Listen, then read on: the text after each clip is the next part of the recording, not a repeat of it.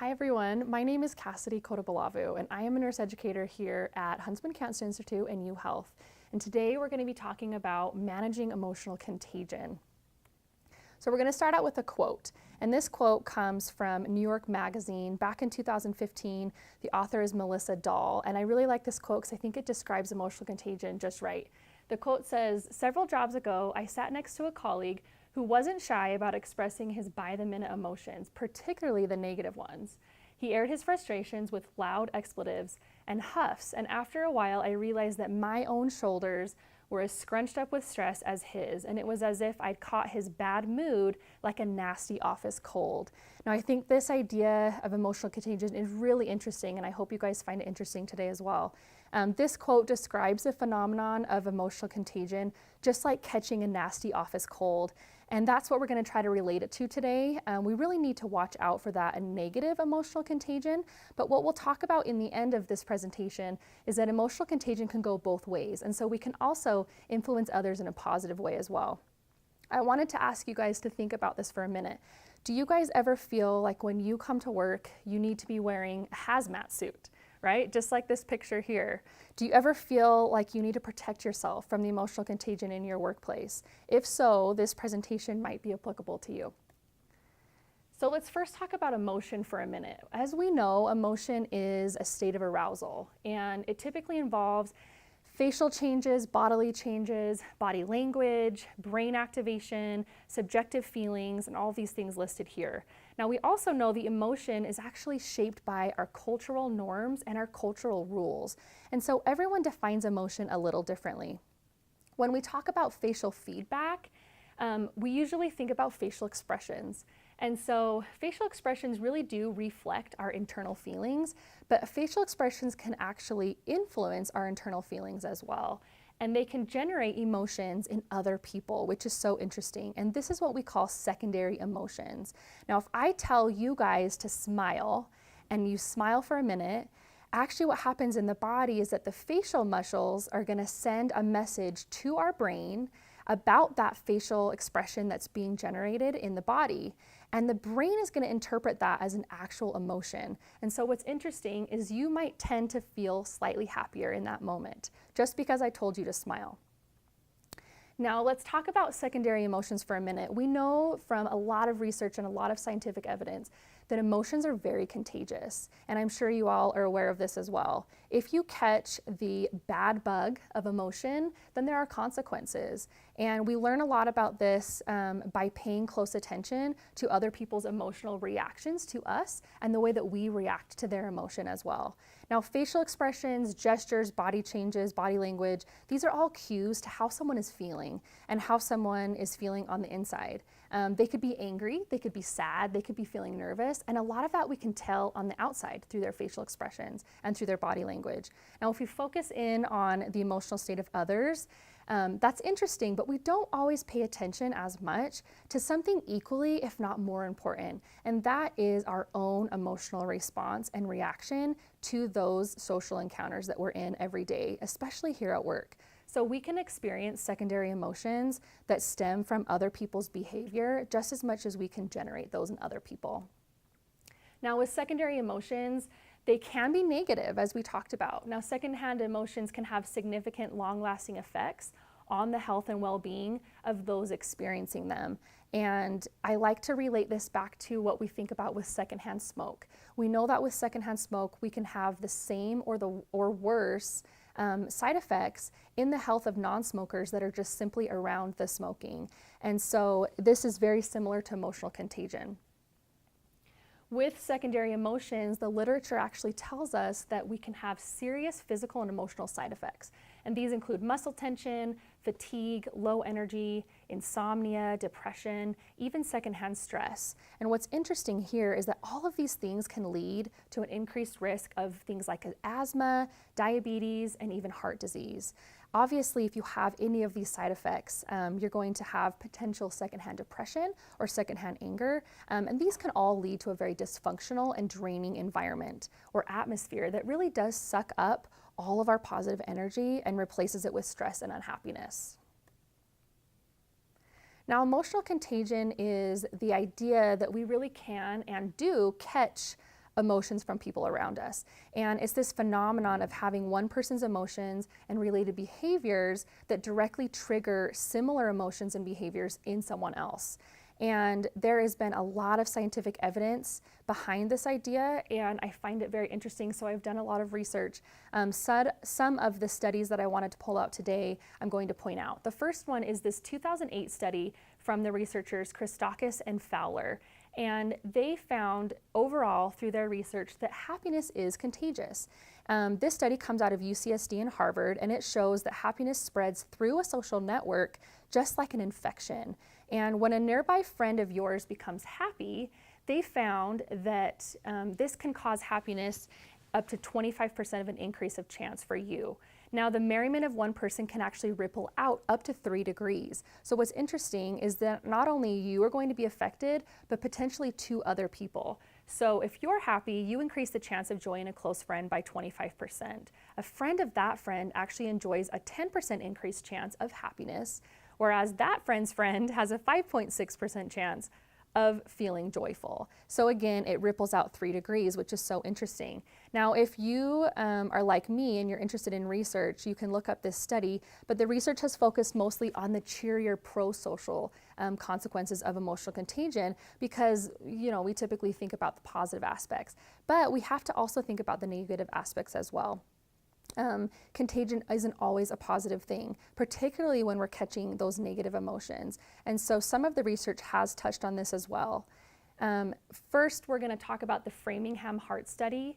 And this is a study also that was initiated back in 1948, where over 5,000 people from Massachusetts were actually enrolled in a cohort, and they were studied over a long period of time.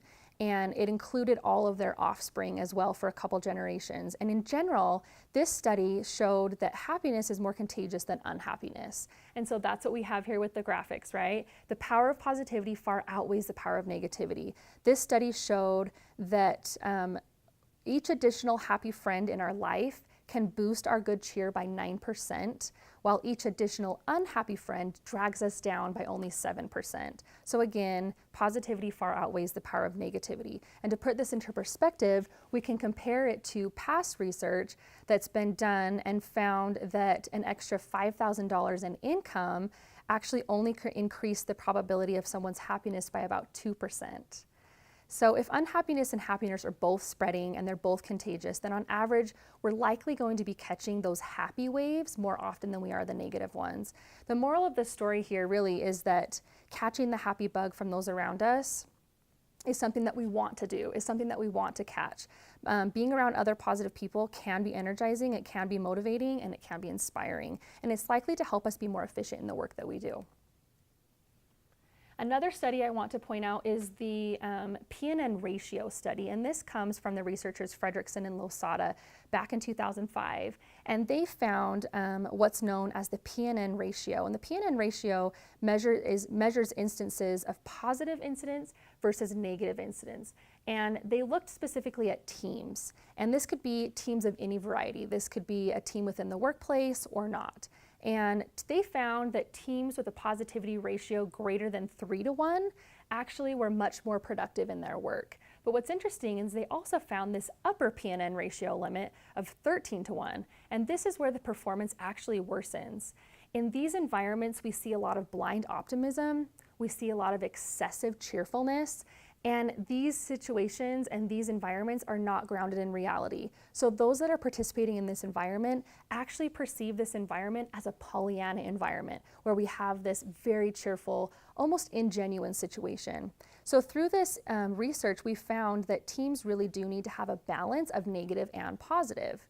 Now also, there's this magic ratio that was developed by a researcher named John Gottman, and he has pioneered research on marriage and relationships, but I really do think that this research is applicable here in the workplace as well. Now, the magic ratio for relationships that's essential for success, according to John Gottman, is 5-to-1. Now, here with the ratio of 5-to-1, he says that he can predict with 94% accuracy the married couples that he studied that would end up in divorce when his team checked 10 years later. By doing 15-minute video interviews of all of these newlywed couples, he was able to predict this with 94% accuracy, which is amazing. And I think that we can really use this ratio as a guide here in the workplace as well. Teams really do need to have a balance of praise and a balance of constructive feedback. And as leaders in the institution, they need to be aware that they also need to be providing that positive praise for their coworkers as well. So going back to the concept of emotional contagion, we know to review that scientific literature does define this as an emotion that spreads throughout a group setting, and it's the process in which a person or group influences the emotions and affective behavior of another person or another group. And many studies have shown that this has a really powerful impact on relationships, on friendships, on partnerships, and really groups of any kind. Now, however, what's so interesting here is that we often don't realize how much our own emotions are influenced by the emotional state of others. So the important question I want to ask you guys today is, what direction are your emotions being influenced? Now, we know that emotions are contagious. We've mentioned that many times now. Now, what you broadcast to others is what they will eventually pick up. This is not only going to affect your reputation throughout the organization, as we know reputations follow us, but it's also going to affect the reputation and well-being of those around you. Now, remember, this goes both ways. So this can be a bad thing or a good thing. Our attitudes can really bring people up, or they can tear them down, depending on what they have been around. And we all have the opportunity to brighten someone else's day. We also have the opportunity to darken someone's day.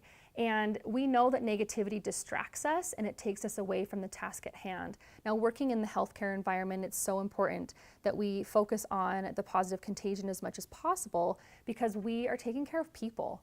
And we are a people-focused organization. We have people's lives in our hands, so we really can't be distracted. We must be sharp and on our game so that we're able to provide really awesome patient outcomes. Now, going along with the idea of emotional contagion, I want to talk a little bit about emotions going viral. I think everyone is very familiar with social media and the idea that social media posts can go viral. Now, this happens especially in a group setting. We've all seen a social media post that goes viral where thousands and thousands of people are either liking a post or they're disliking a post for one reason or another, but next thing you know, that video is all over the internet and it's become viral. Now, this is the same concept in emotional contagion. Emotions can go viral in this same way, and it especially happens in a group setting. I really love this quote from Gandhi, and I'll read it really quick. It says, "Your beliefs become your thoughts become your words become your actions become your habits become your values, and your values become your destiny." I think that our thoughts can easily become our actions, and this can lead us down a slippery slope of negativity if we're not too careful. Now, we must be aware of the contagion that's spreading around us, whether that is positive or whether that is negative. So when looking into this topic, I kept asking myself, are there people that are more vulnerable to this than others, or is everyone as equally vulnerable? So let's think about this for a minute. When we talk about emotional contagion and we look in the literature, it's been found that the most vulnerable people to catching others' emotions are those who tend to be more attentive and more sensitive to other people's emotions. They value interrelatedness over independence, and those people are usually heavily influenced by others' feedback. Now, introverts are more likely to be affected by others' positive emotions, whereas extroverts tend to be more affected by others' negative emotions. And also, it's interesting that women have also been shown to be more vulnerable than men. So if you're wondering how vulnerable you are to emotional contagion, there's a questionnaire that's known as the Emotional Contagion Scale, and this was developed by Elaine Hatfield and her colleagues, and I have a copy of it here. It's easily found online. And it's really interesting. When I filled this out, I came up with a very high score, and I found out that I myself am very vulnerable to emotional contagion, and that can go both ways, the positive or the negative. It's good to know that about myself. The purpose of this scale is to assess our susceptibility to catching those emotions and to also gauge our vulnerability to either that positive or negative emotional contagion. So when we're talking about working in the healthcare field, I think as individuals who have chosen a career in healthcare, whether you're clinical or non-clinical, I think that we're all very innately vulnerable to emotional contagion. And my reason for that is the fact that we work in this people-focused organization and the fact that we are always caring for people. We are compassionate in nature and we want to help others. We want to care for others. This is our greatest strength, I think. We're very good at this. Yet this is also our greatest vulnerability because it puts us at risk for experiencing that negative emotional contagion. This negative emotional contagion can stem from patients, it can stem from family members and visitors, and even our coworkers. So what's the antidote? How do we protect ourselves? Is there a way to protect ourselves or from spreading the negative contagion?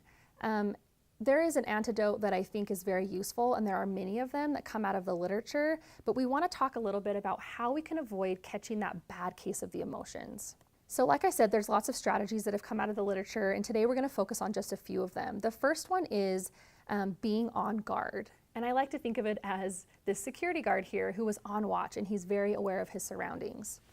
First, we must be on guard. We have to protect ourselves against those toxic attitudes that could potentially be in our workplace and these environments that we could potentially be in that really can contaminate our well-being. We saw earlier that there are actually a lot of side effects physically and emotionally that can come out of negative emotional contagion. Now, as healthcare providers, we're really good at protecting ourselves from the physical pathogens in our job, but I started thinking about it, and I don't think we're as good as protecting ourselves from the emotional contagion that's in our workplace.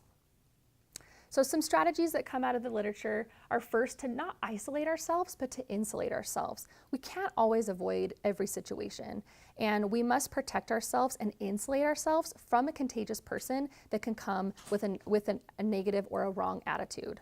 Now, this means that when people are gossiping about others, we don't jump in, right? Instead of being the person to reinforce the poison, we can be the antidote.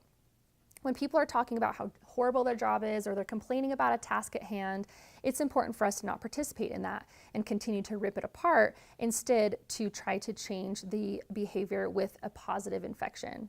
Now, we should also not be afraid to stand out in a negative crowd. I love this picture of the red pencil in the middle of all the black and white pencils. It's so important for us to not blend in, especially in a negative atmosphere. We need to be brave enough to stand out in a crowd with that contagious positivity and motivation and kindness. Now, the next strategy that comes out of the literature is being a catalyst. And I think we're all familiar with what a catalyst is, but for those of you that are not, from the dictionary, straight from there, it says an agent that provokes or speeds significant change or action. Now, I think this is really interesting to try to relate it again back to science. We have the opportunity to promote positive change, and we can change a situation by very simple actions. I want you guys to think for a minute what the difference is between these two items. We have a thermometer and a thermostat. Now think about what the difference is here. They're very similar, but they have actually very different roles. So first, we have a thermometer, and the thermometer simply reflects the conditions around it, right? You're gonna take a patient's temperature, and it's going to simply reflect the temperature that it is. Now with a thermostat, we have the ability to change the temperature of the environment. I would like to challenge everyone to be that thermostat rather than being the thermometer that simply just reflects the conditions around itself. Also, we have the opportunity to really bring light to a dark place, and the actions that we display are really a display of what's inside of us and inside of our heart. And what we do as a result of our actions is really who we are. So we have the opportunity to be someone that brings light to a dark place. We can bring comfort to a tense situation. We have a unique opportunity to take care of patients and their family members. And how awesome is it when you leave work and you feel like you've made a difference in their life? The next strategy is really to have awareness. Now, we need to be paying close attention to the feelings that we're having in different settings so that we know how much we need to protect ourselves in future situations. We also need to really tune in to changes in our mood. We need to be aware of the emotion that we're broadcasting to others as well. I love this picture of the cat who's looking in the mirror and she's coming back as a tiger. She might be projecting herself, she thinks, as a cat, but what's coming across to other people may be a tiger. So we need to be careful about the way we're broadcasting ourselves. Sometimes our intent is good, but the way that we're received is not. Being aware of the way that other people are perceiving us helps us to remember that unintentional body language is also something that can be misinterpreted and we need to be aware of. So when we think about working in the healthcare field, we have lots of potential points of exposure, and we're all very, very familiar with this idea. We have absorption, we have inhalation, we have ingestion, and we even have injection. Now, working in the healthcare field, like I said, we're all very good at protecting ourselves from these types of things. We know exactly what to do, and we've been trained very well. We use what's called personal protective equipment, or PPE, to protect ourselves from the physical pathogens in our job. But again, I asked myself, are we really good at protecting ourselves in the same way from that emotional contagion, which actually can be just toxic? So how do we protect ourselves? Let's get a little abstract here for a minute. I think it's important to try to be theoretical and be flexible with our minds here for a second. But if we were to protect ourselves with that theoretical PPE, what would our actions look like and what would we be doing? All right, so first we're going to put on our protective theoretical gown. And here I want you guys to think about nonverbal behavior and body language. From the literature, it tells us that nonverbal behavior actually accounts for 90% of the emotional communication that we are displaying and that's being retained by other people. And so it's very important for us to pay attention to our body language as we communicate our emotions to other people. For example, if I'm talking with my manager and I have my arms crossed like this, and I have a little bit of a frown or a dull face, then my manager might be perceiving that as me being defensive or me being angry about something, where in turn, I might just be tired or I might just be sleepy. So it's very important for us to be aware of this. Next, let's put on our theoretical protective gloves.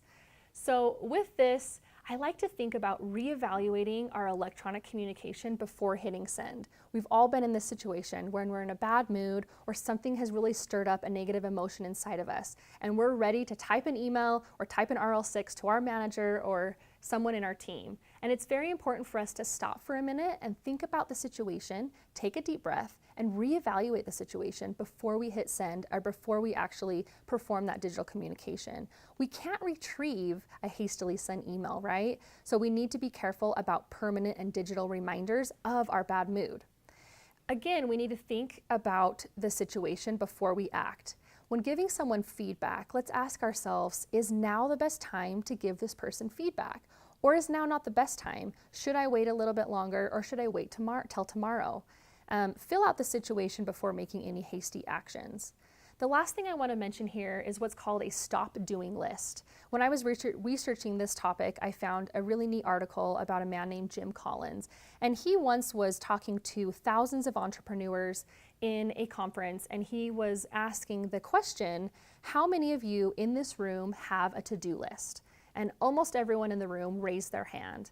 And what's interesting is he then said, okay, I want to ask you, how many people in this room have a stop doing list? And not as many people raised their hand. And everyone was kind of looking around wondering what he was meaning. And what he explained there is that a stop doing list is something that's very useful for us, especially in the work environment. It's important for us to be self-aware of the way that we are acting and our own behaviors, and to make a list of things that not only we need to be doing, but that we need to stop doing. For example, when I work with bedside nurses, one common thing that we've all been guilty of is complaining about an admission. And this is something that I started doing and telling myself that I needed to add to my stop doing list. And I think by not doing that anymore, it was contributing to a more positive work environment. Now let's put on our protective theoretical mask. And when we do this, we can really think about avoiding gossiping and speaking directly with other people. We're all guilty of this, but we know how negative and infectious this can be for a group environment. When we have feedback for other people, we really do need to be speaking directly to that other person and having a conversation with them and getting their side of the story. We also really need to stop and think before we speak.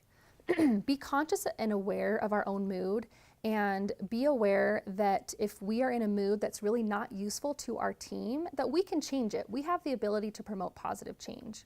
The next thing is take a deep breath. Take a reset break. It's okay for ourselves to take a break and to leave the work environment for a minute if we need to be able to re-energize ourselves. The last thing is we do need to provide each other feedback, but we also need to be willing to receive feedback from other people, which is not always as easy.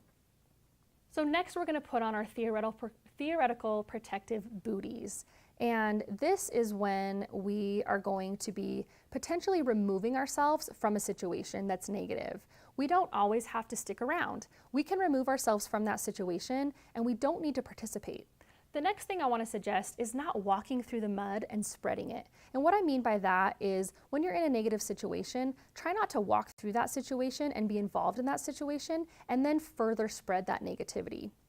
Also, it's important for us to trace our emotion back to our original source. I have felt many times leaving work in a bad mood, or I'm feeling down for some reason, and I have to stop and think and ask myself, am I really feeling unhappy because I'm truly unhappy about something, or am I feeling unhappy or down because of a contagion that I was around today, whether that's from a coworker or a patient situation or a family member that I was dealing with? Is it because of what I truly experienced or something that influenced me from the outside? Is it coming from me or from someone else? The last thing that I want to encourage everyone to do is practicing self-care. Now, we all know how important this is. It's so important to give ourselves time to reset and to re-energize. We need to be staying active and exercising, eating healthy, all of those things the doctors tell us to do, and spending time with the people that we enjoy. Next, we're going to put on our protective goggles. So by doing this, I want to encourage everyone to not be an innocent bystander. And what I mean by that is with being aware of the situations that we're in, we might see negative emotional contagion and we might see it spreading. And I want to challenge everyone to be brave enough to really stop it, to stand up and say something about it and not be an innocent bystander. Next, when providing feedback, it's important for us to make direct eye contact with the person that we're talking with and not losing sight of the bigger picture. And what I mean by that is when giving someone constructive feedback, it's always important to remember that although we are providing feedback on one small, maybe potentially negative thing, they also have a lot of positive qualities to be proud of. They wouldn't be here at UHealth if they didn't. Also, recognize what type of emotion that you are focusing on, whether that's positive or negative. It's always important for us to know that we are focusing on one or the other so that we can change what we're doing.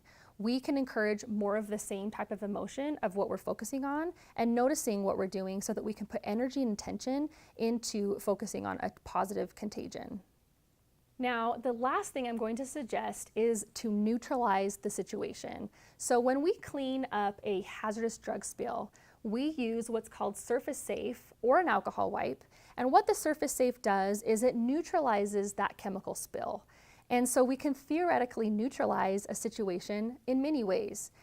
We can neutralize a negative team member by actually just launching that positive counterattack. Because again, remember from the beginning, positivity is actually more contagious than negativity. Also, it's important for us to speak directly to the person to eliminate that gossiping. And again, that's going to neutralize the situation and eliminate blame. Now, we've all been exposed in one way or another to emotional contagion, especially in the workplace. And just like in the clinical environment, it's very important for us to, when exposed, wash our hands and our face. And we've been trained to do this. When talking about emotional contagion, we must do the same thing.